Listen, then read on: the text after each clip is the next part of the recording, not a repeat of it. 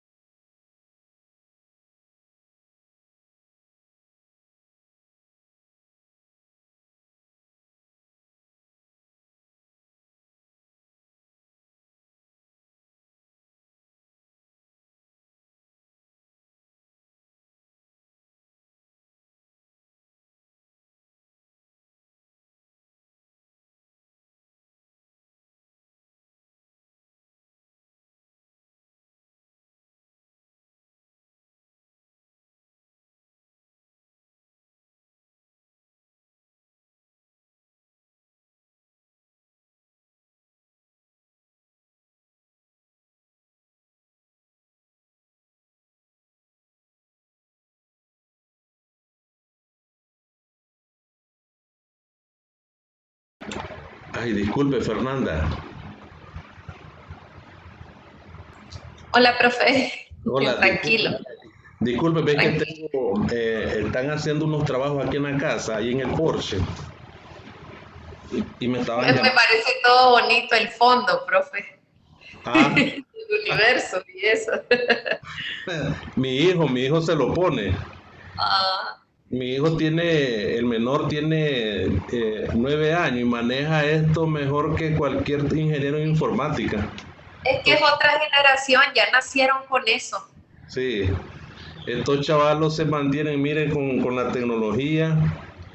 El celular me lo iba tocando y me le iba poniendo tantas cosas ahí. Yo me sorprendo a veces cuando, ¿vos le pusiste eso al celular? Sí, el fondo de ese, el universo y todo eso se lo puso él. Bueno, vamos a compartir entonces análisis. Sí, voy a silenciar el micrófono. Ah, sí, sí. Bueno, mire, yo tengo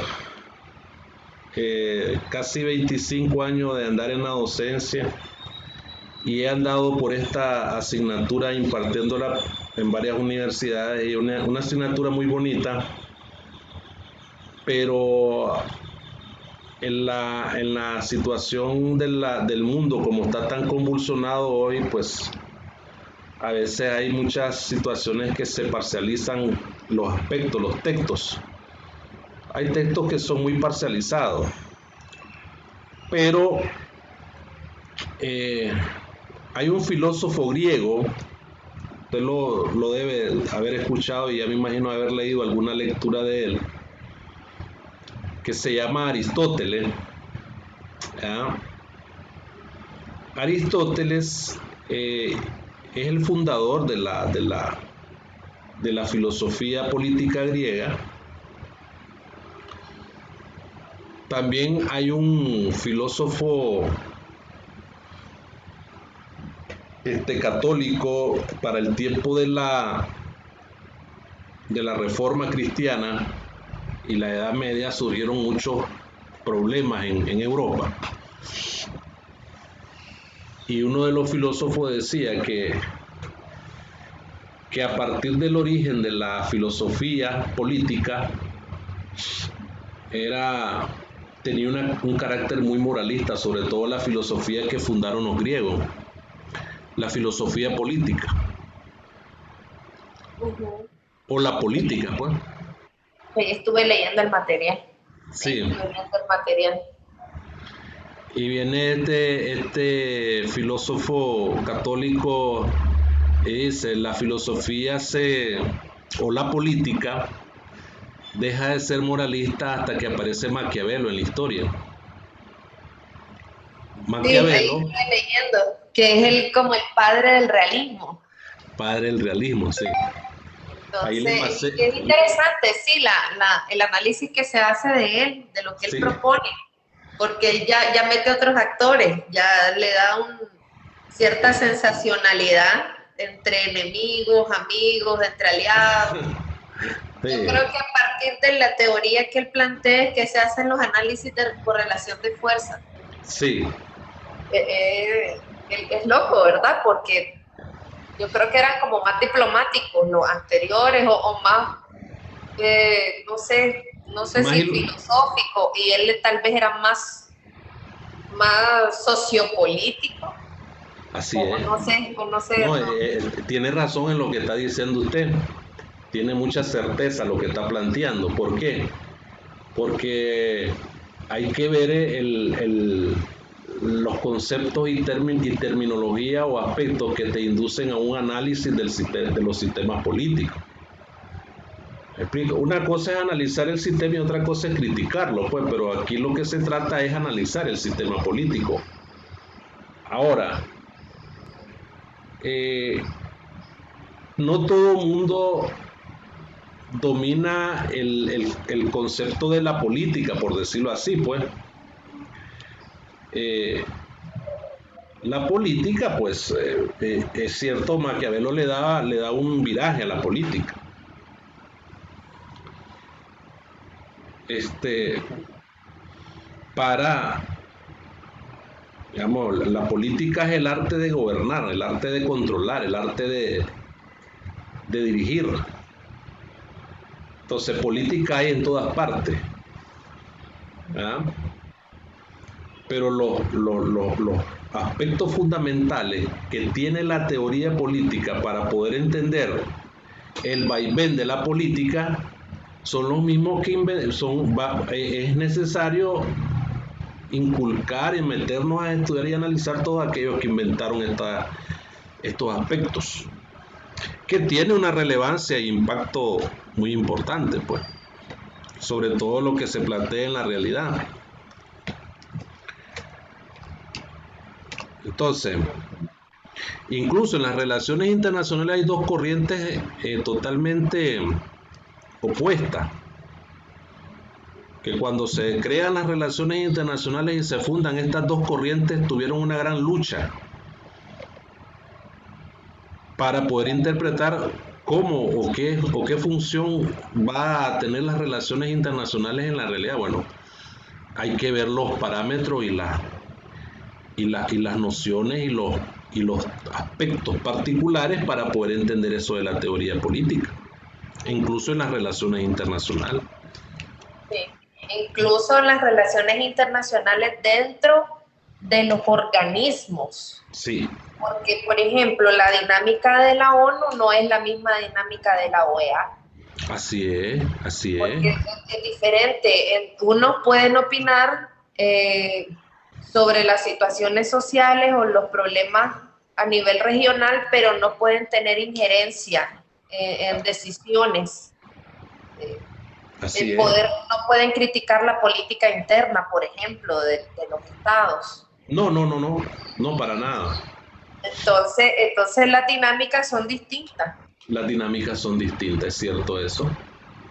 Porque las políticas exteriores son genuinas del que administra el bien público en ese momento. O sea, la política exterior no es propia, no es un concepto generalizado para que el que entra y va a gobernar esa nación, ese lineamiento va a seguir no, ellos la cambian. Por ejemplo, Biden cambió lo que hizo Trump. Después el otro viene y mediante decretos y cosas así cambian todo eso que es la política exterior. Además que tiene que ver con la diplomacia. Sí. El respeto a la soberanía de los pueblos, eso que... Sí, así es. Ahora, los sistemas políticos son genuinos también, son parte propia de la cultura política de los pueblos. Entonces, todo lo que tiene que ver con una realidad política del pueblo se funda dentro de lo que es el sistema. Entonces, en sí, el sistema que es todo aquel conglomerado institucional, políticamente hablando, que tiene una acción viva dentro de ese sistema en la nación. Partidos políticos, organizaciones civiles, organizaciones gremiales, gobiernos, etcétera, etcétera. Como claro, menos las organizaciones religiosas, que ese ya es otro punto aparte, pues. Pero todas aquellas social que otra cosa. Sí, todas aquellas organizaciones que tienen que ver con la organización política del Estado es parte del sistema político. ¿Qué rol juegan estas en el sistema político? Bueno, hay que depender qué tipo de sistema político hay, pues. O de la funcionabilidad que tiene. Así es, o de la funcionabilidad que tienen, o que tiene ese sistema político. Ahora,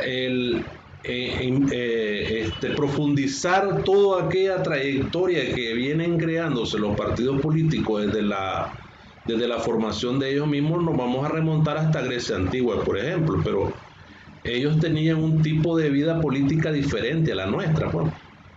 Pero ahí nació esta noción, ahí nació con los griegos. Los griegos, practicaron practicaron bastante la representación política, Sí, es cierto.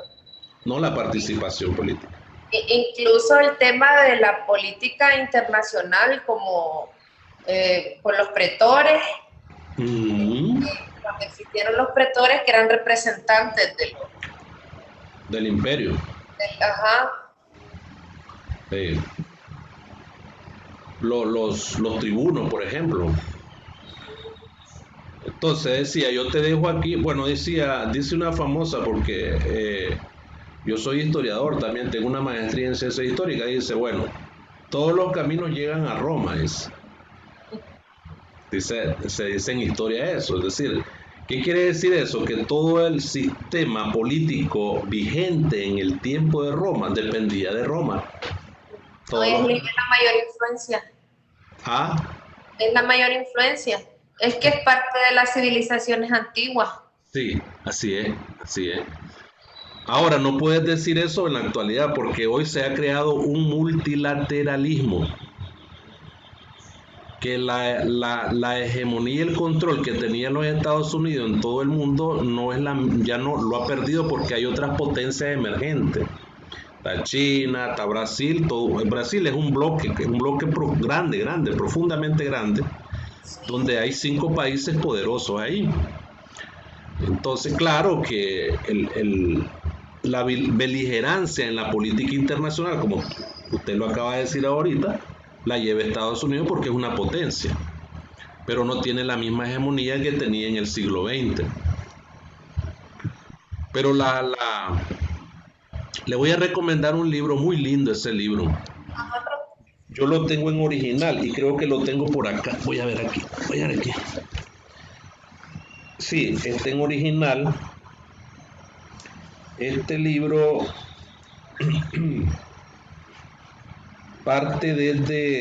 tiene 24 capítulos, perdón, tiene 31 capítulos. Se llama La diplomacia. No sé si lo logra ver de allí. Recuérdame de quién es. Henry Kissinger. Sí, de Kissinger, sí. La diplomacia. Este libro, cuando la embajada americana comenzó a distribuir estos libros, pero eso hace bastante. Y a mí me regalaron este. Ay, qué lindo. Sí, es una joya este libro, miren. He leído como ciertos. Lo que pasa es que no me acuerdo, ya fue en clases anteriores. Sí. En las universidades están. Las universidades que dan relaciones internacionales las tienen. Mira, yo tengo La política de Aristóteles. Ay, qué linda, ese lo tenía, pero ese ya casi no lo he buscado y no lo encuentro. También me lo manda por... Lo intercambié con un amigo. Ah. Sí. También me lo manda por fax. Fotocopiado. Fotocopiado. No, ahí está en internet. Sí, de fijo. Sí, en PDF. Pero no es lo mismo, sí, así como lo tiene. Yo casi no me gusta leer en la computadora, me gusta leerlos así los libros. Sí, es que cansa más la vista y sí. Por ende el cerebro. Y le felicito porque es un libro adecuado a este tipo de clase. Claro que hay cosas que no están ajustadas a la realidad actual, pero tienen un impacto grande, pues por lo que decía Aristóteles también una famosa frase: solamente una mente educada puede entender las diferencias del otro y aceptarla y respetarla. Entonces, y eso tiene impacto grande pues en la actualidad, y eso lo estamos hablando de que miles de años atrás existió Aristóteles y él lo dijo eso, y tiene un gran impacto actual pues. Significa eso de que el bien o el derecho ajeno tiene que ser respetado, el derecho al pensamiento. Entonces, podés o no estar de acuerdo con alguien en sus conceptos, pero tenés que respetarle eso, pues. para que no hayan distintas inconformidades, pues. Profe, yo le tengo una consulta. Claro que Cuando sí. mencionamos a la iglesia, por ejemplo, en nuestro contexto, la iglesia es un actor sociopolítico porque son un Estado independiente, la iglesia católica en Así sí. es. Podría, si hablamos de un sistema político actual en Nicaragua, por ejemplo, la iglesia es un actor, nosotros lo determinaríamos como un actor social o como un actor externo de la política, porque, por ejemplo, en la antigüedad, el clero era parte del sistema político que existía, era una clase dominante. Entonces, ya cambiando el contexto a la actualidad, seguirán siendo como un engrane de los sistemas o simplemente son actores externos. No. Muy buena, excelente pregunta. Mira, si la iglesia tiene legitimidad, tiene autoridad, ¿ya? Ajá. Y tiene soberanía, es parte del sistema político. Pero si apartás el engranaje político que tienen ellos, porque ellos no juegan solamente el juego religioso, por usar ese término, ¿verdad? Entonces, ellos no mezclan lo religioso con lo político. ¿Me explico? Sí. Entonces, ahora, ellos es un sistema político teológico. ¿Estamos claros? Es un sistema político teológico que está aceptado en cualquier nomenclatura o noción fundamental de la teoría política, no te lo va a negar nunca. Entonces, como los aztecas, por ejemplo, ¿cuál es el sistema de Estado que tenían los aztecas? Un sistema teocrático. Teocrático, antes de teológico, teocrático, pues porque teocrático, porque el clero y toda la nomenclatura religiosa forma parte de esa teocracia en la Iglesia Católica. ¿Me explico? Desde la concepción política, Correcto. no estructural. No es correcto. Así es. Porque él es un solo Estado. Ellos son un Estado. Sí. Y tienen jerarquías. Tienen jerarquías, correcto. Tienen jerarquías, tienen poderes legítimos dentro de esa jerarquía. Entonces es un sistema político. Aparte de lo religioso. Y sería teológico o teocrático porque se basa en una divinidad. Es correcto. Es correcto. Sí, es que es súper interesante la relación que juega, porque sí. Entonces ellos son un sistema político independiente. Así es.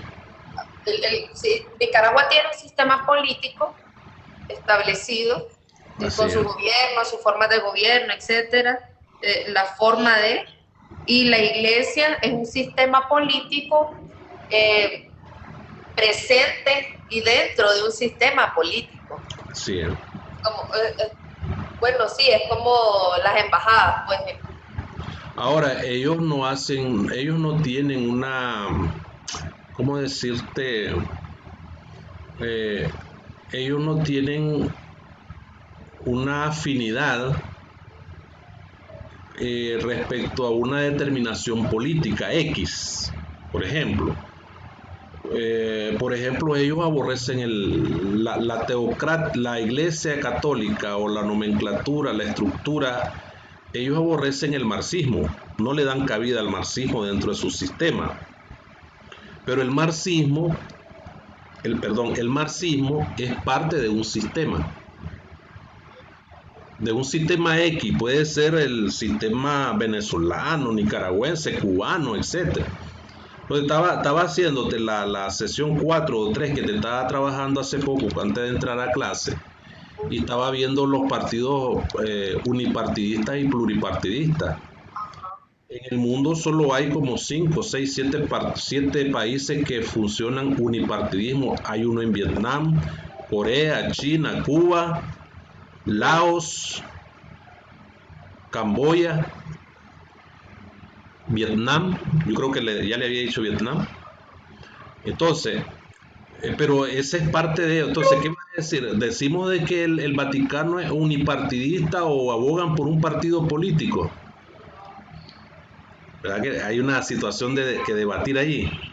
Interesante, sí. Sí. Sí, porque ellos no se autodefinen como un sistema político, pero ejercen dominación, ejercen poder, tienen una jerarquía, tienen estructura, Sí, tienen ¿cómo podría decir? Diferentes programas u órdenes. Entonces, al final sí son un sistema en conjunto. así Y es. políticos porque porque son seres. Sí, No, y ya de pronto con la teoría del animal político y que somos políticos todos, entonces no se pueden salir de ahí. sí. Regáleme un chancecito, Fernanda, que me están llamando. Ah, sí, no hay problema. Un segundito nada más. Sí, ok.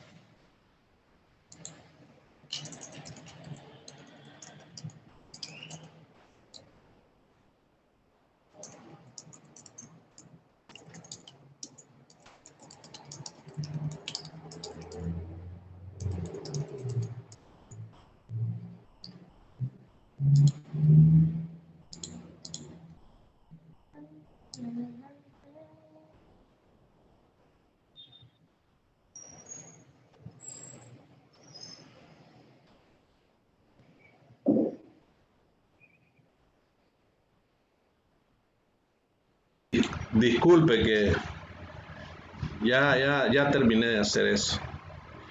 No, está bien, profe, no se preocupe. Disculpe la interrupción, yo. Por eso le digo que estas interrupciones son a veces cuando está haciendo unos trabajos aquí, pero bueno, se le agradece pues No, está bien. sí, la parte de la Iglesia Católica es bastante interesante porque juega un rol muy importante y ha jugado un rol. Recuerde usted que en una determinada época de la historia, la Iglesia Católica fue un poder político fuerte en la historia, que fue cuando los papas eran monarcas, eran los grandes poderosos de la... Ahí en Kissinger habla bastante de eso, en ese libro, ¿verdad? Claro que a diferencia de hoy, pues el sistema político, usted mencionó el sum politicón, el concepto aristotélico. El Papa o los clérigos, todos los que viven en el Vaticano, no dejan de ser políticos. Porque dice Aristóteles, el político es político porque es un ser social, vive en comunidad. Por eso es que es político. Por eso es que todos somos políticos. No es porque vos no vas a ser político en la medida que no practiques la política. Yo no practico política. Sí. Pero por Y no es naturaleza. una política partidaria, es otra cosa. Esa es otra cosa. Sí. Pero por naturaleza, de acuerdo al concepto aristotélico, todo mundo es político. Profe, ¿sabe qué se nos escapaba? Que la iglesia también no puede decir que no es un sistema político porque tiene sus propias normas jurídicas con el derecho canónico, o sea, todo el conjunto de normas que tiene. Sí. También me imagino que forma parte de eso. Sí, así es, así es. Uno debe tomar en cuenta esa situación también, ¿verdad? Es decir, no lo puedes ubicar dentro de un concepto tradicional de sistemas políticos. Lo tenés que dejar como un sistema sociopolítico dentro de su misma forma natural que es, como su forma religiosa natural que es. Porque como te digo, por ejemplo, cuando se da la independencia de Estados Unidos, eh, todos crearon un sistema presidencialista que es el que funciona en Estados Unidos. Los países latinoamericanos, cuando se independizaron de España, quisieron crear ese sistema presidencialista estadounidense, pero fue difícil copiarlo. Es decir, fue una mal copia del sistema presidencialista estadounidense, el sistema presidencialista latinoamericano. Pero estos dos, aunque sea una copia mal hecha de los sistemas presidencialistas latinoamericanos del estadounidense, pero son esencialmente sistemas políticos. ¿Estamos claros? Aunque sí, no se puede decir que son sistemas de gobierno. ¿Ah? Efectivos. Sí, son sistemas de gobierno, como así el parlamentarismo inglés, por ejemplo. Entonces, vas a ver que todo esto va a ir en función, todo esto se va a ir diseñando de acuerdo a la evolución histórica que van teniendo las ideas y las ideologías políticas. Claro, la idea es, y la ideología política es, se fortalece la ideología política en base al concepto de la idea que vos tengas. Yo puedo ser un pensador, puedo decir esto, puedo decir aquello, pero la ideología política, ¿qué es la ideología política? Es el conjunto de ideas que forman un concepto político de algo. Claro, yo digo, yo voy a quitar la pobreza en América Latina. Entonces estoy creando una idea, pero se me pueden transformar en una ideología política. Y ya voy a ser un segundo Simón Bolívar en Latinoamérica. Sí, se podría decir que es un conjunto de ideas que llegan, que tienden o tienen la tendencia a transformarse en corrientes o sí, en corrientes o ideologías de vida, algo así. Así es. Le voy O a de poner un ejemplo. pensamiento. Ajá. Le voy a poner otro ejemplo. Por ejemplo, valga la redundancia el término. Supongamos de que John Locke, el inglés, es el que inventó el liberalismo. Uh-huh. Claro. Sí. El liberalismo. ¿De dónde nace el liberalismo económico? No nace de John Locke. El liberalismo económico nace de las teorías económicas que propone Adam Smith y sus seguidores. Perdón, y con ello el libre mercado. ¿O claro? Sí, sí, sí. Entonces se fortalece el liberalismo político de John Locke y le da fortaleza al liberalismo económico para luego ir sobre todas las generaciones venideras después que nacen las ideas y dice, bueno, defendamos esto porque la Revolución Francesa se basa sobre eso. La Revolución Francesa es eminentemente una revolución liberal, ¿verdad? Porque todos los conceptos sociales en cuanto a la idea que está plasmada en ese aspecto creció. Y ahora te vas a la Revolución Mexicana también de 1912, creo yo, la Revolución Mexicana, si no me equivoco el año. Entonces se basa sobre esa idea también. Bueno, la gente no tiene tierra, entonces viene uno y dice, mira, levantémonos por la lucha del derecho a la propiedad en México. Esa es una idea. El tema, esta corriente zapatista, profe, que tiene que ver con la tierra y tiene una corriente, o sea, ideológicamente Sí, No sé pero dónde ubicarla a veces. sí, tiene que ver eso, pero como que no progresó, pero ahí está todavía. Ajá, Pero se funda en eso, en lo de la igualdad, en el derecho de la propiedad, por ejemplo. ¿Ah? sí, Pero como se mezclaron ahí con problemas de narcotráfico, entonces eso como que ya perdieron ese apoyo popular. Entonces, una ideología política se hace esencialmente ideología cuando tiene resonancia política popular dentro de la sociedad. ¿Va a decir que ya. no? Sí, sí. Claro que sí. Sí, porque se vuelven corrientes de pensamiento, Así, van como adjuntando adeptos. así es. Ahora, fíjense bien en el socialismo siglo XXI de Venezuela. Tuvo una gran potencia cuando Chávez, porque él nació la idea y la creó. Sí, Cuando se da la revolución bolchevique en Rusia, una idea nació y creció, que es sí. la famosa dictadura del proletariado. Ahora, una cosa es que entendamos esa cosa y otra cosa es estar de acuerdo con eso. Porque, profe, la otra cara de eso es que es donde uno ya entra al análisis de lo que sucede, es que la mayoría de las poblaciones que tienen sistemas así, la mayoría es pobre.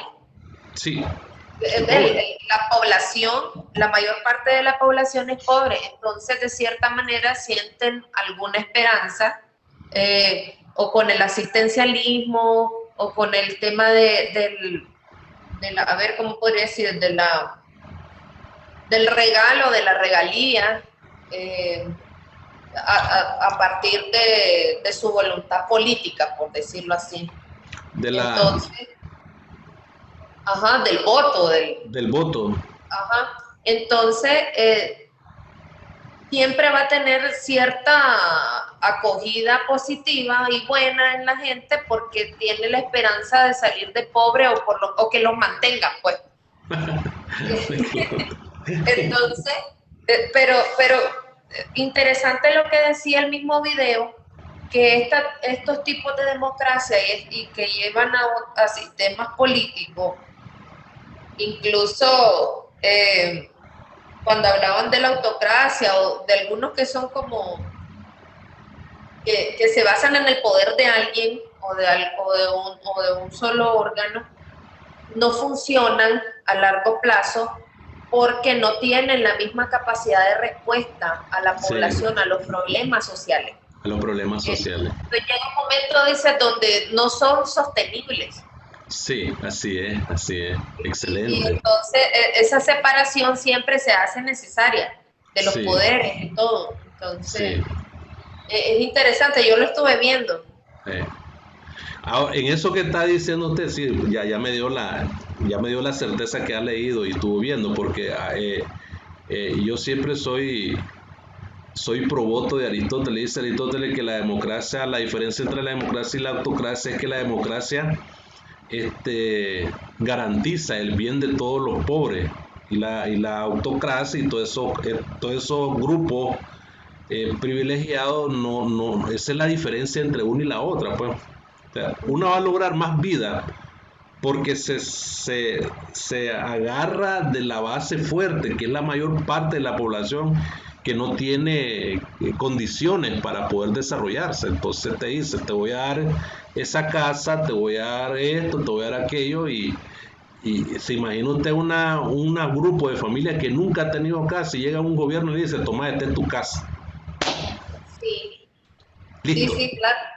Igual, profe, yo quisiera, a mí me cuesta mucho separar el capitalismo de toditas, de absolutamente toditas las otras teorías y de los otros temas, porque esto de comprar a la gente o de, por ejemplo, te voy a engañar con 10 pesos, pero vos me vas a dar todo lo que tenés ahí, también es parte del capitalismo. Así es. Ese es el problema Entonces, de la garantía de las condiciones que va a tener el sistema político vigente para la cantidad de población que hay. Ahora, hay que ver las cantidades de políticas que hay entre el Estado y el sistema de la democracia que ellos practican. O sea, ¿cómo va a funcionar ese Estado de acuerdo a estos aspectos democráticos o no? Por ejemplo, en Estados Unidos, supongamos en Estados Unidos, no lo voy a poner como ejemplo, pero sí. En Estados Unidos, el que es desempleado recibe un bono del gobierno. Y hay aquel que es haragán, ¿qué va a querer trabajar si va a recibir $300 que le va a regalar el gobierno? No trabaja. Peor si es de ambulante que anda de vago en la calle, no va a trabajar porque le está regalando el gobierno 300. Entonces,